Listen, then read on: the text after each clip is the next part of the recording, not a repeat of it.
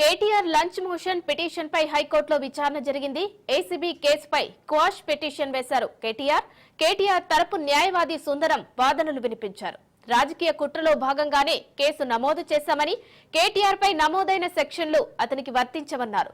Formula ఈ race తో హైదరాబాద్ కు ప్రయోజనం చేకూరిందని వివరించారు.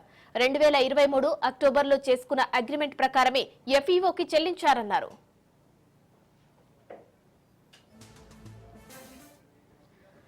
అగ్రిమెంట్ ప్రకారం చెల్లింపులు చేస్తే ఉల్లంఘన ఎలా అవుతుందన్న కేటీఆర్ లాయర్, పబ్లిక్ సర్వెంట్ నేరపూరిత దుష్ప్రవర్తన చేస్తే పీసీ యాక్ట్ పెట్టాలని వాదించారు. ఫార్ములా ఈ రేస్ అగ్రిమెంట్ జరిగిన 14 నెలల తర్వాత కేసు పెట్టారన్నారు.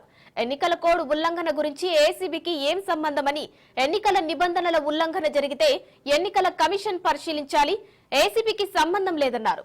రేస్ కోసం నిర్వాహకులకు నిధులు చెల్లిస్తే కేటీఆర్ మీద కేసు ఎందుకు పెట్టారన్నారు.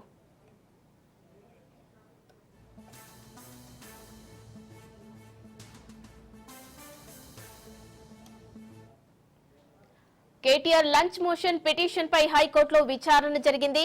ఏసీబీ కేసుపై క్వాష్ పిటిషన్ వేశారు కేటీఆర్ తరపు న్యాయవాది సుందరం వాదనలు వినిపించారు. రాజకీయ కుట్రలో భాగంగానే కేసు నమోదు చేశామని, కేటీఆర్ పై నమోదైన సెక్షన్లు అతనికి వర్తించవన్నారు. ఫార్ములా ఈ రేస్ తో హైదరాబాద్ కు ప్రయోజనం చేకూరిందని వివరించారు. 2023 అక్టోబర్లో చేసుకున్న అగ్రిమెంట్ ప్రకారమే ఎఫ్ఈఓకు చెల్లించారన్నారు.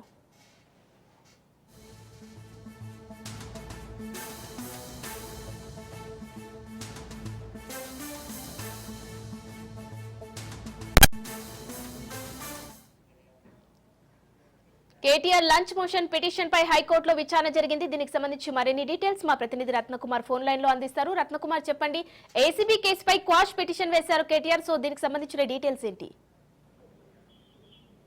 కేటీఆర్ మీద నమోదైనటువంటి కేసుకు సంబంధించి ఈ కార్ రేస్ లో ఏదైతే ఏసీబీ కేసు నమోదు చేయడం జరిగిందో దానికి సంబంధించి ఇప్పటికే కేటీఆర్ హైకోర్టును ఆశ్రయించి లంచ్ మోషన్ దాఖలు చేశారు. ప్రజెంట్ ఈ లంచ్ మోషన్ పైన హైకోర్టులో వాదనలు అనేవి జరుగుతున్నాయి. ఇటు కేటీఆర్ తరఫున న్యాయవాదులకు, మరోవైపున ప్రభుత్వం తరఫున అడ్వకేట్ జనరల్ మధ్య వాడివేడి వాదనలు అయితే కొనసాగుతున్నాయి. ఇక ఇప్పటి వరకు జరిగినటువంటి వాదనల గురించి మనం ఒకసారి పరిశీలించినట్లయితే, ముందుగా కేటీఆర్ తరఫున వాదనలు వినిపించారు సీనియర్ అడ్వకేట్, సుప్రీంకోర్టు న్యాయవాది సుందరం తన వాదనలు వినిపించడం జరిగింది. ఆయన వాదనల్లో ముఖ్యంగా 2023 అక్టోబర్ లో చేసుకున్న అగ్రిమెంట్ ప్రకారమే ఎఫ్ఈఓకి, అంటే ఫార్ములా ఈ ఆపరేషన్స్ చేస్తున్నటువంటి సంస్థ ఎవరైతే ఉన్నారో ఆర్గనైజర్స్ కు అమౌంట్ ను చెల్లించడం జరిగింది. అగ్రిమెంట్ ప్రకారం చెల్లింపులు చేస్తే అసలు అది ఆ ఉల్లంఘన ఎలా అవుతుంది, ఎన్నికల కోడ్ ని ఉల్లంఘించారని చెప్తున్నారు.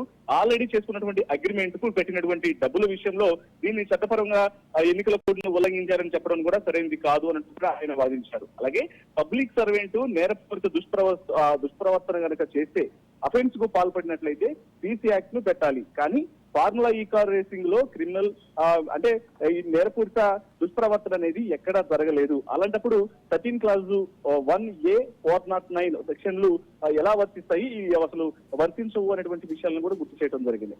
ఫార్ములా రేస్ అగ్రిమెంట్ జరిగిన 14 నెలల తర్వాత, దాదాపు సంవత్సరం 2 నెలల తర్వాత ఈ కేసును ఏర్పాటు జరిగింది. ఒకవేళ దీని మీద కేసు నమోదు చేయాలనుకుంటే ముందుగా డిసెంబర్ లోనే దీని మీద ఎప్పుడైతే వీళ్ళు ప్రభుత్వం మారిన తర్వాత అగ్రిమెంట్ ను క్యాన్సిల్ చేసినటువంటి పరిస్థితుల్లో ఆ సమయంలోనే దీని మీద ఒక ప్రాపర్ ఇన్వెస్టిగేషన్ అనేది చేయాల్సినటువంటి అవసరం ఉంది. కానీ ఇన్నాళ్లు డిలే చేసి ఇప్పుడు 14 నెలల తర్వాత దీని మీద కేసు పెట్టారన్నటువంటి విషయాలను కూడా మెన్షన్ చేశారు.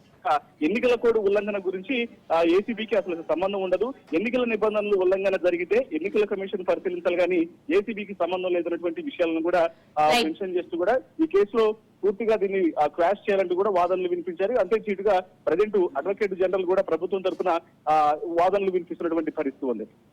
Thank you Ratnakumar.